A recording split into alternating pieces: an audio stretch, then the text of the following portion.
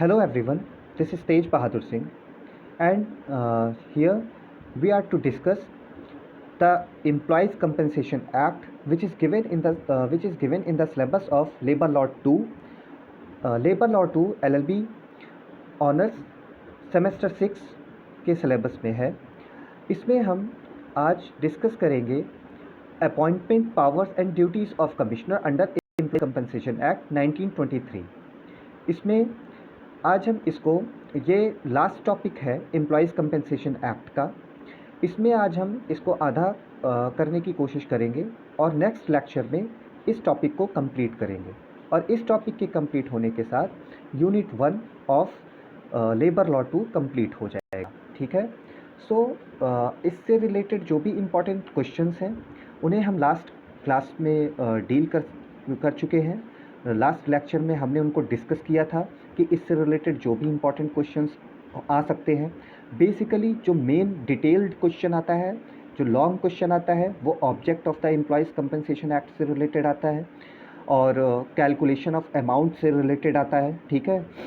Appointment power and duties से related short questions बनते हैं एम्प्लॉयज़ कंपनसेशन एक्ट के। ठीक है। But it is an important topic to discuss here and we will discuss now this topic. अगर हम इसको देखें, अपॉइंटमेंट ऑफ कमिश्नर से हम इसे स्टार्ट करते हैं, which is given in section 20। Commissioner कौन अपॉइंट करता है? पहली अगर बात करें तो स्टेट गवर्नमेंट कमिश्नर को अपॉइंट करती है। ठीक। Now the question is, commissioner appoint किस लिए किया जाता है? कमिश्नर को अपॉइंट किया जाता है for the purpose of deciding the question of liability of any person to pay compensation under the act. मतलब कि इस एक्ट के अंडर जो कंपनसेशन पे करना है, उस कंपनसेशन में कितनी लाइबिलिटी बनेगी एक एम्प्लॉयर की, उसको कौन डिसाइड करता है? कमिश्नर। तो कमिश्नर का काम भी आप एक तरीके से समझ सकते हैं, सेक्शन 20 में दिया हुआ है कि कमिश्नर लाइबिलिटी फिक्स करता है एम्प्लॉयर की और उस लाइबिलिटी की क्वांटिटी फिक्स करता है। ठीक। कौन कमिश्नर को अपॉइंट करता है? स्टेट गवर्नमेंट अपॉइंट करती है। अब कमिश्नर कौन हो सकता है? देखिए, 3 तरह के लोग कमिश्नर हो सकते हैं। पहला, एक पर्सन वो जो जुडिशियल सर्विस में 5 साल तक या तो रहा हो या फिर 5 साल से हो अभी भी। ठीक है। यानी कि उसका 5 ईयर एक्सपीरियंस हो मिनिमम। ऐसे पर्सन को स्टेट गवर्नमेंट कमिश्नर बना सकती है। दूसरे टाइप का जो पर्सन है, वो ऐसा पर्सन हो सकता है जो एडवोकेट रहा हो।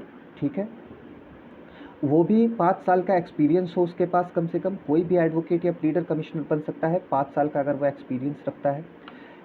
या फिर कोई गैजेटेड ऑफिसर है जिसको कम से कम 5 साल का एक्सपीरियंस है और 5 साल का एक्सपीरियंस है, उसकी एजुकेशनल क्वालिफ़िकेशंस हैं, और एजुकेशनल क्वालिफ़िकेशंस और एक्सपीरियंस किस चीज़ से रिलेटेड है? पर्सनल मैनेजमेंट और ह्यूमन रिसोर्सेज डेवलपमेंट से रिलेटेड और इंडस्ट्रियल रिलेशन से रिलेटेड। ठीक है। अगर ऐसा एक्सपीरियंस है तो ऐसे पर्सन को कमिश्नर बनाया जा सकता है। तो इस तरह के 3 लोगों को कमिश्नर बनाया जा सकता है। ठीक है। अब यहाँ पर हम आते हैं कि जो भी अपॉइंटमेंट करना है, उस अपॉइंटमेंट को स्टेट गवर्नमेंट नोटिफाइड करेगी ऑफिशियल गैजेट में अपने।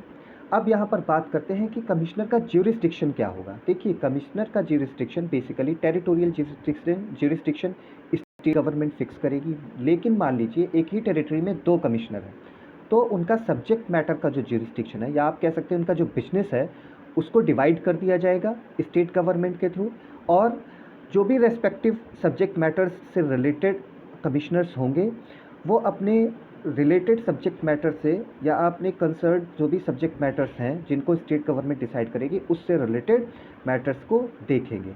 ठीक है। स्टेट गवर्नमेंट अपने स्पेशल या जनरल ऑर्डर के थ्रू जो भी कमिश्नर्स के बिजनेस है उनका कमिश्नर्स में डिस्ट्रीब्यूशन कर सकती है। ठीक है। और इसके अलावा कोई ऐसा पर्सन भी अपॉइंट कर सकती है जो कि कमिश्नर को उसकी इंक्वायरी में असिस्ट कर सके या हेल्प कर सके। ठीक है। जो कमिश्नर होता है उसे आईपीसी में जो पब्लिक सर्वेंट की डेफिनेशन आप देखते हैं, उस डेफिनेशन के अंडर कमिश्नर को रखा जाता है। यानी कि commissioner is a public servant, okay, या commissioner shall be deemed to be a public servant within the meaning of this word means servant under the IPC. ठीक है। उसके बाद अब देखते हैं power of the commissioner to require further deposit in case of fatal accident. यहाँ पर fatal accident की एम्प्लॉय की बात की जा रही है। वहाँ पर कमिश्नर को एक फर्दर डिपॉजिट जो कंपनसेशन अमाउंट है उसके एडिशनल अमाउंट के को डिपॉजिट करने की बात कह सकता है कमिश्नर एम्प्लॉयर से। ठीक है, सेक्शन 22A के हिसाब से या कमिश्नर ऑथराइज होता है एडिशनल अमाउंट को लेने के लिए एम्प्लॉयर से, किस तरीके से, as deposit in case of fatal accident. Employer section 10A के अंडर कंपेल्ड होता है, जो एम्प्लॉयर है जिसके अंडर में जो एम्प्लॉय था जिसका एक्सीडेंट हुआ है, ऐसा एम्प्लॉयर कंपेल्ड होता है अंडर सेक्शन 10A के कि वो जो कंपनसेशन अमाउंट है वो कमिश्नर के पास डिपॉजिट करे। ठीक है, section 8 of employees compensation act के अंडर में अगर देखें तो डिपेंडेंट्स कमिश्नर को एक एप्लीकेशन देता है उस अमाउंट को डिपॉजिट करने के लिए और उस अमाउंट को उसको देने के लिए। यहाँ पर dependents of the decision employee की हम बात कर रहे हैं क्योंकि एक्सीडेंट फैटल था तो एम्प्लॉय की डेथ हो चुकी है। ठीक है, तो मान लीजिए जहाँ पर जो इंजरी हुई है एम्प्लॉय को, उस इंजरी की वजह से डेथ हो जाती है और कोई जो कंपनसेशन अमाउंट है वो डिपॉजिट किया जाता है एम्प्लॉयर के थ्रू। ठीक है, लेकिन कमिश्नर को ये लगता है कि जो अमाउंट डिपॉजिट किया गया है उसके पास एम्प्लॉयर के थ्रू वो इनसफिशिएंट है, तो वो क्या कर सकता है, एक नोटिस सर्व कर सकता है एम्प्लॉयर को, ठीक है, राइटिंग में, और ये उससे पूछ सकता है कि वो और डिपॉजिट अमाउंट को क्यों ना करे। एम्प्लॉयर क्या करेगा, एम्प्लॉयर वहाँ पर एम्प्लॉयर और वो कमिश्नर कह सकता है एम्प्लॉयर से कि जो भी एडिशनल अमाउंट बन रहा है कंपनसेशन का, मतलब कि जितना डिपॉजिट किया है उससे के अलावा भी एडिशनल अमाउंट अगर कंपनसेशन से रिलेटेड कोई बन रहा है तो एम्प्लॉयर को कमिश्नर कह सकता है कि उसको उससे कम्युनिकेट करके कि वो उस अमाउंट को डिपॉजिट करे। ठीक है, अब आते हैं powers and procedures of commissioner. Section 23 of the Employees Compensation Act talks about powers and procedure of the commissioners। क्या बेसिकली क्या पावर्स एंड प्रोसीजर है, देखते हैं इसको। सेक्शन 23 में क्या दिया हुआ है, इसमें कहा गया है कि अंडर सेक्शन 23 जो कमिश्नर है वो बेसिकली सिविल प्रोसीजर कोड जो दिया हुआ है उसमें जो पावर्स दी गई हैं उनको एक्सरसाइज करता है। ठीक, जैसे कि कौन सी पावर्स हैं, for the purpose of taking evidence of oath, यानी कि एक कोर्ट को सिविल प्रोसीजर कोड में एक कोर्ट को जो पावर दी गई हैं जो फॉलोइंग पर्पसेस जिनको हम पढ़ने वाले हैं वही पावर्स कमिश्नर को भी दी गई हैं। अब पावर्स क्या है, for the purpose of taking evidence of oath, ये पावर एक दी गई है कमिश्नर को, कमिश्नर ये कर सकता है। For enforcing the attendance of witness, ये विटनेस के अटेंडेंस के लिए इन्फोर्स कर सकता है commissioner. For compelling the production of document and material object, document के प्रोडक्शन के लिए और मटेरियल ऑब्जेक्ट जो भी है उनके लिए कंपेल कर सकता है किसी को कोर्ट।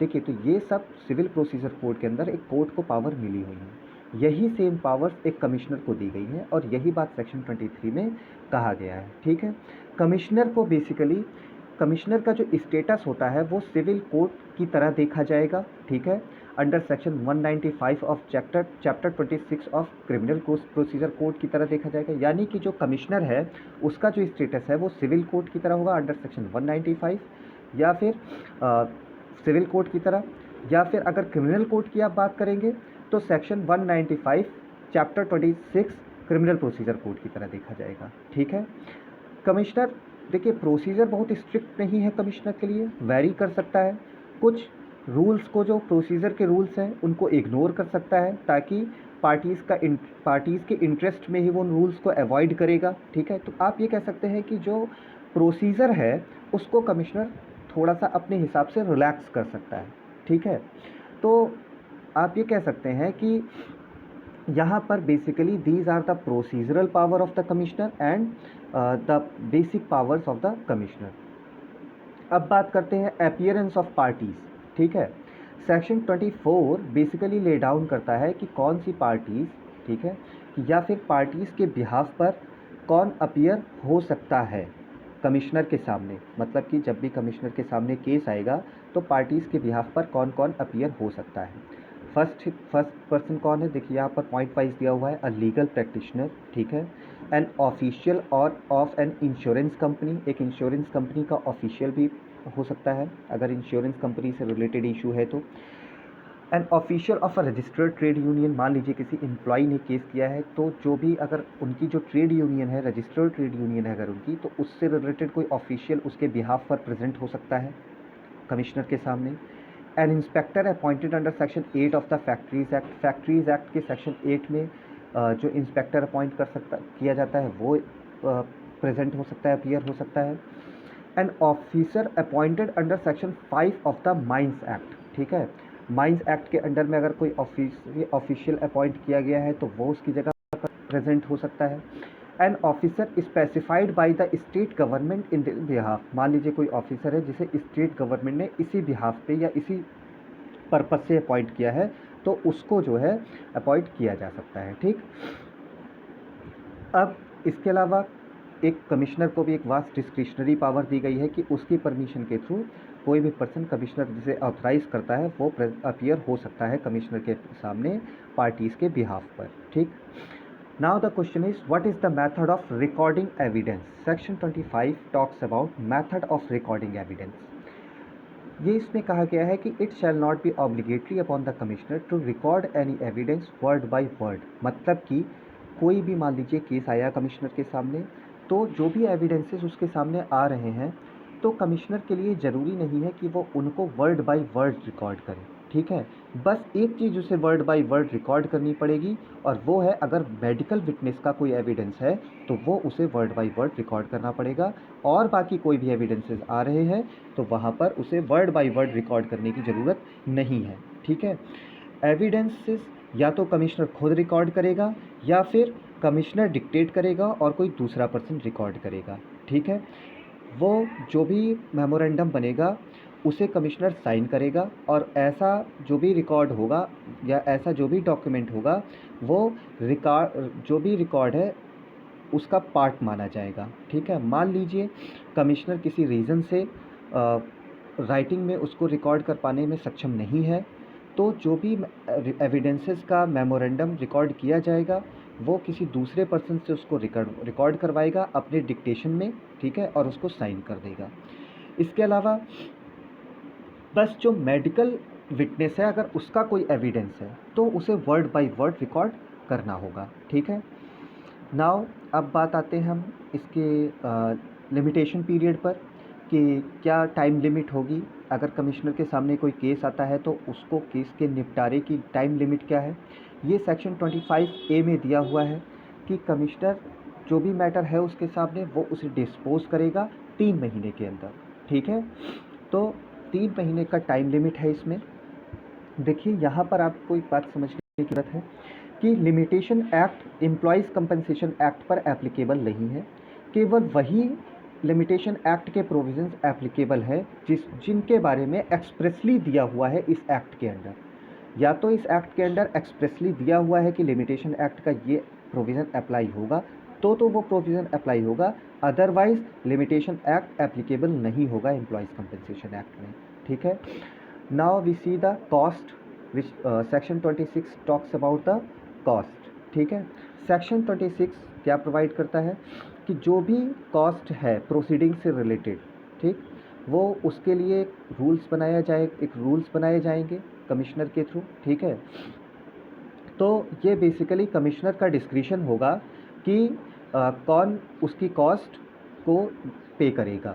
ठीक है, लेकिन ये डिस्क्रिशन जुडिशली मतलब इसको जुडिशली एक्ट होगा, जुडिशियल एक्ट के थ्रू होगा। कहने का मतलब ये है इस पे अपना एक रैशनल माइंड यूज़ करेगा कमिश्नर। ठीक है, इस पे कोई भी मनमाने तरीके से इसको नहीं कमिश्नर करेगा। इसके अलावा कि अगर कमिश्नर इस चीज़ से सेटिस्फाई है कि जो एप्लीकेंट है वो काफ़ी गरीब है और वो जो भी प्रिस्क्राइब्ड फ़ीस है वो नहीं दे सकता, तो उस फीस को कमिश्नर क्या करता है, कम कर सकता है। ठीक है, और अगर एप्लीकेंट के फेवर में वो केस डिसाइड हुआ है तो जो भी कोई फ़ीस है, ठीक है, जो कम की गई है और जो अभी पे होना बाकी है तो वो केस के कॉस्ट के साथ ऐड कर दी जाएगी और जब पेमेंट हो जाएगी एम्प्लॉयज़ को उसको तब रिकवर कर लिया जाएगा। ठीक है, इसके अलावा power to submit cases, section 27 में पावर टू सबमिट केसेस है। इसमें ये कहा गया है कि ये जो सेक्शन है 27 कमिश्नर को ऑथराइज़ करता है कि अगर कोई भी क्वेश्चन ऑफ लॉ है, ठीक है, तो कमिश्नर क्या कर सकता है, ऐसे क्वेश्चन, मान लीजिए कोई उसके सामने केस आया कमिश्नर के सामने और उस केस में कोई क्वेश्चन ऑफ लॉ इन्वॉल्व है, तो कमिश्नर क्या करेगा, ऐसे क्वेश्चन ऑफ लॉ को सबमिट कर देगा हाई कोर्ट को उस क्वेश्चन ऑफ लॉ को डिसाइड करने के लिए, ठीक है। और इस रेफरेंस के बाद हाई कोर्ट ऐसे मैटर को या ऐसे क्वेश्चन ऑफ लॉ को डिसाइड करेगा और जो भी वो डिसीजन लेगा हाई कोर्ट, उस डिसीजन को कमिश्नर को कम्युनिकेट करेगा, ठीक है। उसके बाद कमिश्नर उस डिसीजन को रिसीव करके क्या करेगा, उस डिसीजन को रिसीव करके उस डिसीजन की कन्फर्मिटी के साथ, यानी कि उस हाई कोर्ट के उस डिसीजन के अकॉर्डिंग अब जो उसके सामने केस है उसको डिसाइड करेगा, ठीक है।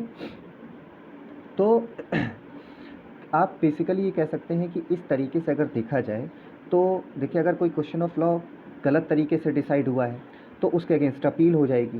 तो ये अपील से बचने का एक तरीका है कि पहले ही उस क्वेश्चन ऑफ लॉ को प्रॉपरली हाई कोर्ट से डिसाइड करवा लिया जाए और उसी के हिसाब से कमिश्नर खुद उस केस को डिसाइड करते। तो एक लॉन्ग प्रोसीजर ऑफ केसेस की जो है एक आप कह सकते हैं से बचा जा सकता है, ठीक है।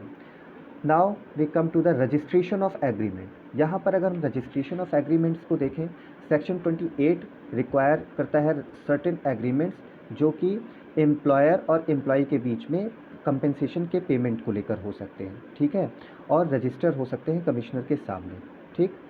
तो यहाँ पर ये बात कही गई है कि सेक्शन 1 को देखें कि जिसके अंडर में कुछ एग्रीमेंट्स हैं जो एम्प्लॉयर और एम्प्लॉयर के बीच में हो सकते हैं कंपेंसेशन के पेमेंट को लेकर, ठीक है। सब सेक्शन 1 के अंडर में उन हम एग्रीमेंट्स को अगर देखें तो एग्रीमेंट्स कौन से हैं, where the amount of any lumpsum payable as compensation has been settled by an agreement whether by way of redemption of a half monthly payment और अदरवाइज, या तो इस तरह के हो सकते हैं, या फिर where a compensation has been settled and is payable to a women और a person under a legal disability. तो ये जो दो तरीके के एग्रीमेंट्स हैं, इनको ये एक एग्रीमेंट के थ्रू भी सेटल हो सकते हैं और उस एग्रीमेंट में अमाउंट ऑफ कंपेंसेशन डिसाइड किया जा सकता है, ठीक है। इसके अलावा जो कमिश्नर है किसी भी मेमोरेंडम को रजिस्टर, जैसे मान लीजिए कोई एग्रीमेंट हुआ है तो वो जो भी एग्रीमेंट हुआ है एम्प्लॉयर और एम्प्लॉय के बीच में related to the compensation amount, उससे रिलेटेड रजिस्ट्रेशन करवाना पड़ेगा उनको। मान लीजिए कोई एग्रीमेंट हुआ दोनों के बीच में, एम्प्लॉयर एम्प्लॉय के बीच में कंपेंसेशन अमाउंट को लेकर, तो उसका एक मेमोरेंडम बनाएगा एम्प्लॉयर, ठीक है, और उसको उस मेमोरेंडम को भेजा जाएगा कहाँ पर, कमिश्नर के पास, ताकि वो साइन कर सके। यहाँ पर बेसिक रीज़न इसका क्या है कि जब वो रजिस्ट्रेशन के पास आएगा, रजिस्ट्रेशन के लिए आएगा, तो एम्प्लॉयर को यहाँ पर कमिश्नर को यहाँ पर एक मौका मिल जाएगा ये देखने का कि क्या जो कंपेंसेशन अमाउंट है वो प्रॉपर है, सफिशिएंट है, कहीं ऐसा तो नहीं कि कोई अंडू इन्फ्लुएंस यूज़ करके एम्प्लॉयर ने कंपेंसेशन अमाउंट को कम कर लिया है। इसीलिए जो भी एग्रीमेंट होता है एम्प्लॉयर एम्प्लॉई का related to the compensation amount, वो ज़रूरी है, मैंडेटरी प्रोविज़न है ये कि उसको रेफ़र किया जाए रजिस्ट्रेशन के लिए कमिश्नर के पास, ठीक है।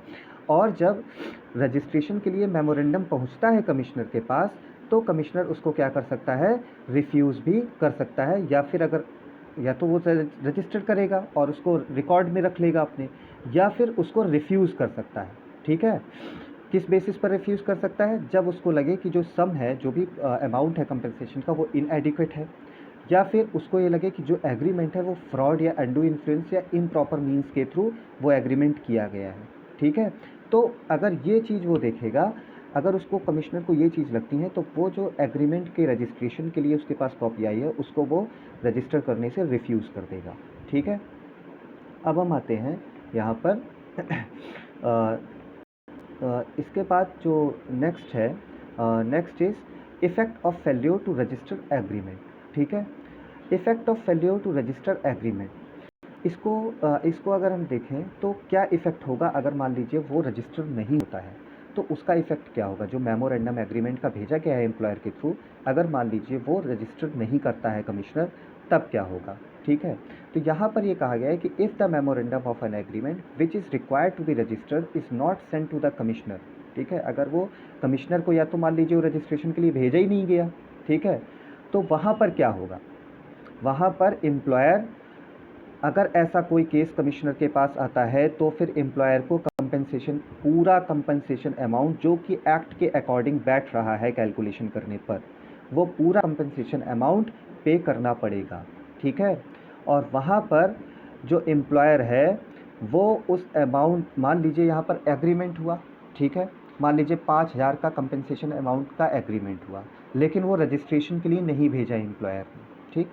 अब रजिस्ट्रेशन के लिए नहीं भेजा, लेकिन अब कोई एक्सीडेंट हो गया एम्प्लॉय का और उसमें से 2,000 रुपये उसने दे दिए जो 5,000 का एग्रीमेंट किया। यहाँ पर यह बात कही जा रही है कि अगर रजिस्ट्रेशन नहीं करवाया है तो, और केस कमिश्नर के पास पहुँच गया वो वाला, तो पूरा कंपनसेशन अमाउंट जो एक्ट के अंडर बन रहा है वो देना पड़ेगा एम्प्लॉय को। और वो जो 2,000 रुपये एग्रीमेंट के अंडर दिए जा चुके हैं उसकी कोई वैल्यू नहीं होगी, उसका कोई मतलब नहीं होगा, वो उस बाद वाले अमाउंट से डिडक्ट नहीं किया जाएगा, ठीक है। इसके अलावा ये भी कहा गया है कि एम्प्लॉयर जो है जो बेसिकली मान लीजिए रजिस्ट्रेशन हो चुका है, ठीक है, तो एम्प्लॉयर कितना डिडक्ट कर सकता है? ज़्यादा से ज़्यादा आधा डिडक्ट कर सकता है, ठीक है, आधे से ज़्यादा डिडक्ट नहीं कर सकता, ठीक है। उसके अलावा commissioner for employees compensation is authorise to direct any deduction in addition to the above amount. जो कमिश्नर जो है और भी डिडक्शन के लिए ऑथराइज कर तो सकता है, लेकिन उसके लिए एम्प्लॉयर क्लेम नहीं कर सकता as a matter of right. मतलब कि पहली चीज़, अगर रजिस्ट्रेशन नहीं हुआ है तो कोई अमाउंट डिडक्ट नहीं होगा, लेकिन यहाँ पर अगर मान लीजिए किसी तरह उसको राइट मिलता है डिडक्ट करने का तो आधा से ज़्यादा डिडक्ट नहीं कर सकता as a matter of right. Commissioner allow कर सकता है आधे से ज़्यादा डिडक्ट करने को, लेकिन उसके लिए ये कमिश्नर का डिस्क्रिशन होगा, ये एम्प्लॉयर का राइट नहीं होगा। तो अपील से नेक्स्ट लेक्चर में इसको पढ़ेंगे और इस टॉपिक को ख़त्म करेंगे नेक्स्ट लेक्चर में। Okay, till then thank you.